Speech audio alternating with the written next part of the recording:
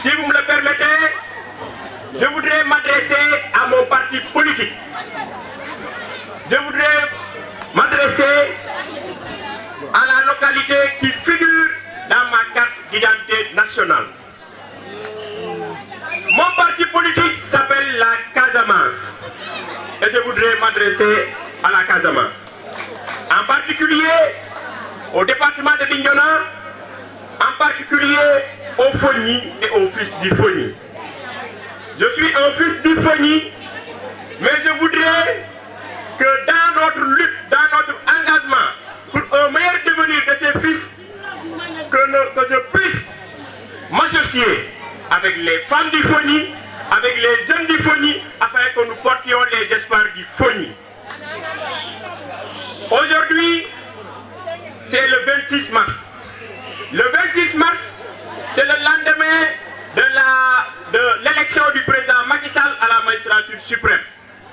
Donc c'est le moment privilégié de faire un bilan d'étape de 5 ans à la magistrature suprême. Pour nous, la Casamance, nous avons depuis l'arrivée du président pu bénéficier de ce que l'on a appelé le PPDC, Pôle de développement de la Casamance, avec une enveloppe de 23 milliards, qui est aujourd'hui en train de faire un travail extraordinaire dans les pistes rurales, mais aussi à accompagner le ministère de l'Agriculture à travers l'octroi des semences aux paysans, le riz, l'arachide et aussi le mil, et tant d'autres variétés. Et le PPDC, dans sa composante infrastructure, doit réhabiliter aujourd'hui le barrage d'Afignan. Et c'est le ministre Moustapha Lo Diatta, secrétaire d'État en charge des organisations paysannes, qui a en charge de ce dossier et qui est en train de le piloter avec son coordinateur Mamadou Badji et Sekou Sambou. Et Inch'Allah, dès que les détails techniques seront finis, nous finirons par voir en tout cas la réhabilitation effective du barrage d'Afignan pour le bonheur des populations. Le président de la République, quand il est venu à Ziguinchor lors de sa tournée économique, il a inauguré un certain nombre de chantiers. Nous avions vu l'inauguration, la finition et la réception, en tout cas de l'hôpital de la paix. Nous avons eu aussi un appui favorable pour, en tout cas, la réhabilitation de l'hôpital régional de Ziguinchor et la machine qui était en panne. La voirie urbaine à Ziguinchor. Aujourd'hui, vous allez à Ziguinchor, ceux qui connaissaient Ziguinchor en 1999, ceux qui connaissaient Ziguinchor en 2012, savent aujourd'hui nettement que le visage de Ziguinchor est nettement amélioré par les infrastructures que le président de la République est en train de dérouler sur le terrain. Mais nous n'allons pas nous limiter là. Si les populations de Djibidjon ont eu la possibilité de venir de Djibidjon ce matin jusqu'ici sans aucun problème, si nous avons la possibilité d'aller et de venir dans toutes les localités du Fogny, si aujourd'hui le Fogny est en train de retrouver son lustre d'antan, c'est parce que nous savons nettement que le processus de paix promis par le président de la République est en train d'être mené avec un dialogue inclusif avec nos frères du MFDC. C'est le lieu de prier et de demander à ce que le gouvernement et le MFDC ne ménagent aucun effort pour que s'assoient autour d'une table pour que le bonheur des populations puisse être pris en charge par justement une paix définitive et durable. C'est le gage pour le développement de nos localités.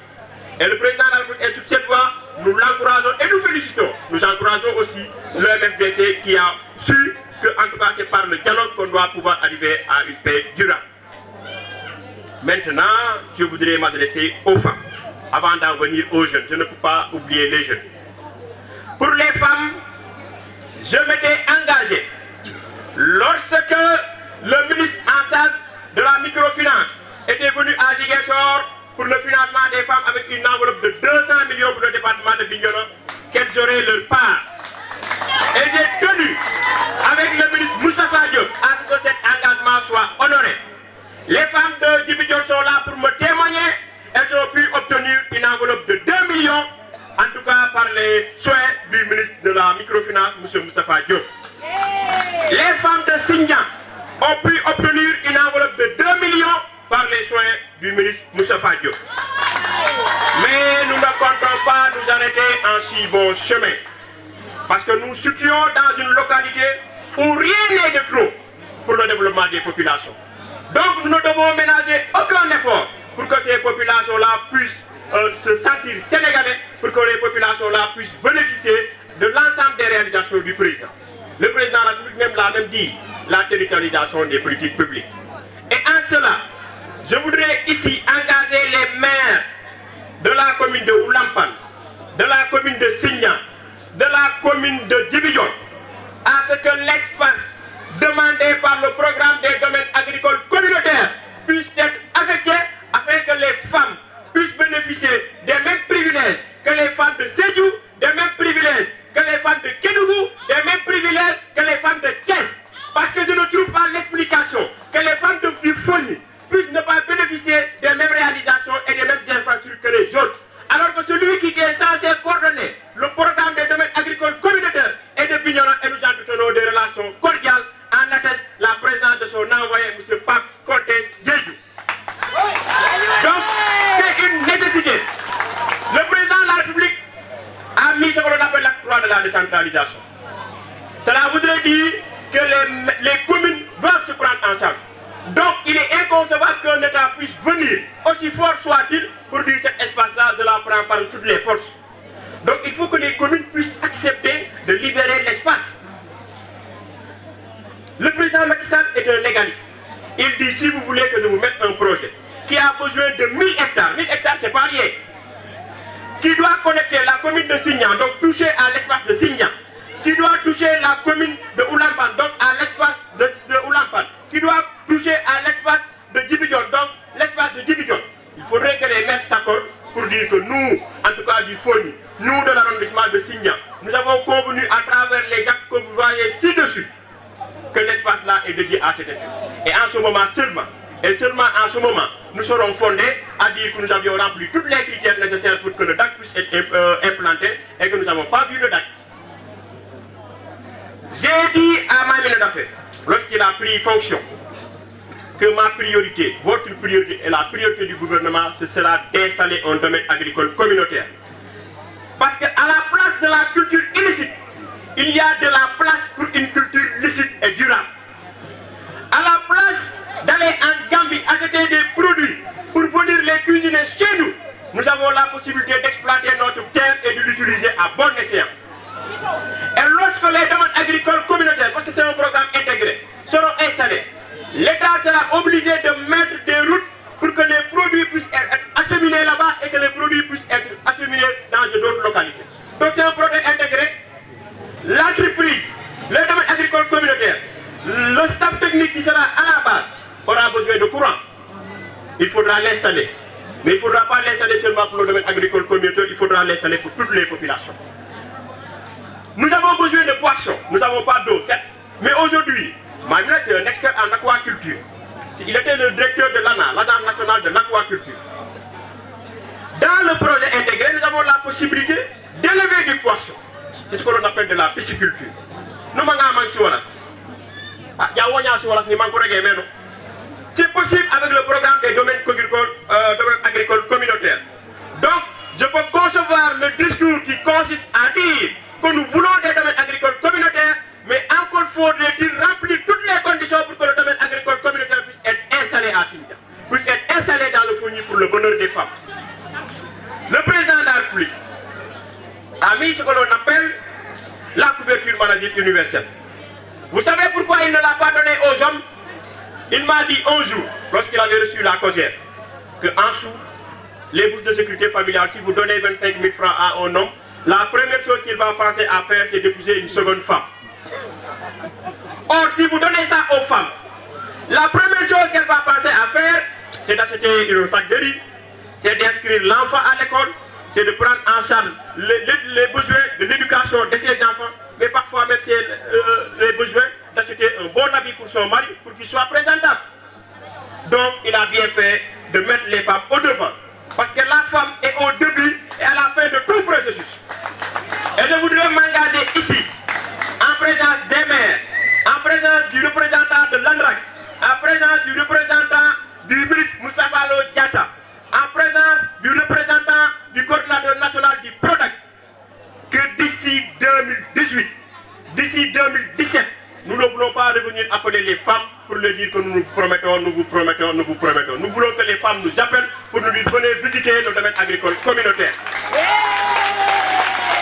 Et cet engagement, je le prends solennellement ici, pour les jeunes, mais d'abord pour les femmes, pour en terminer. Le nouveau directeur de la DPM, pour la promotion des petites et moyennes entreprises, Idrissa Diabira. Il devait être là, mais il est présentement en Afrique du Sud.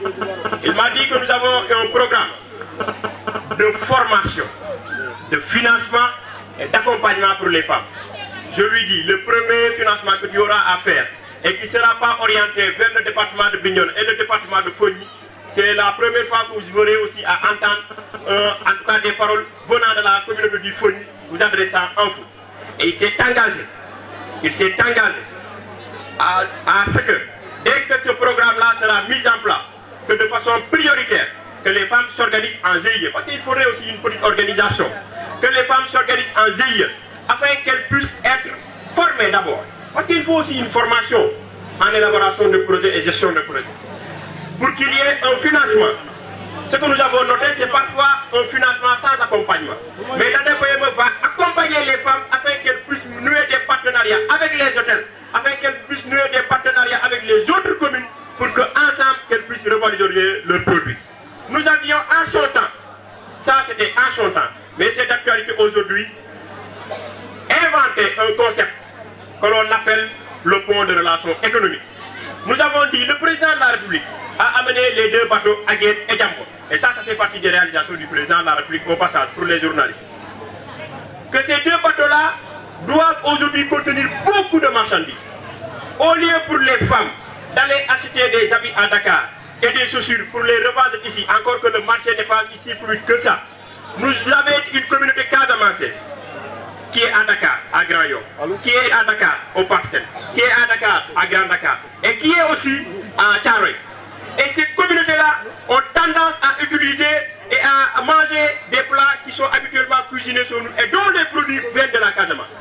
Mais si vous allez dans les marchés de Thiaroye, si c'est du fiteuf, si c'est du mitey, on y met du fol-fol. Je ne sais pas comment on l'appelle encore là. Et si c'est des citrons, on y ajoute de l'eau. Finalement, la qualité requise n'est pas en tout cas au rendez-vous. C'est pourquoi les femmes d'ici doivent se mobiliser pour les périodes des citrons, qu'elles mobilisent assez de citrons et qu'on les envoie à travers le bateau et que les femmes de la Casamance qui sont à Dakar puissent les récupérer et les vendre là-bas, afin qu'elles aussi elles puissent envoyer le produit. Vous bénéficiez de du fruit de votre travail, vous êtes en train d'alimenter en tout cas et de nourrir le Sénégal sans bouger de votre localité. Donc aujourd'hui que le problème de la Gambie est réglé par l'intervention de la communauté internationale, de la CEDEAO et du président de la République, vous devez pouvoir nouer des partenariats avec les communes de Gambie, des communes de Dakar, et cette possibilité-là, elle est là, et l'ANRAC va s'engager à accompagner les femmes dans cet objectif-là. Pour les jeunes, je prends en témoin M. Rahim Diallo, conseil technique, à l'ANPEJ. Quand le ministre Mambaïna, ministre de la Jeunesse, est venu à Bignona, je lui ai dit, monsieur le ministre, vous avez laissé une enveloppe de 200 millions lorsque vous êtes venu en première ligne. Vous êtes revenu, vous avez trouvé le même enveloppe de 200 millions. Cela voudrait dire qu'il y a un problème. Le problème est-ce au niveau des jeunes parce qu'ils ne savent pas élaborer des projets, ou est-ce au niveau des structures de financement parce qu'ils ne veulent pas financer les jeunes? L'un dans l'autre, les responsabilités sont situées.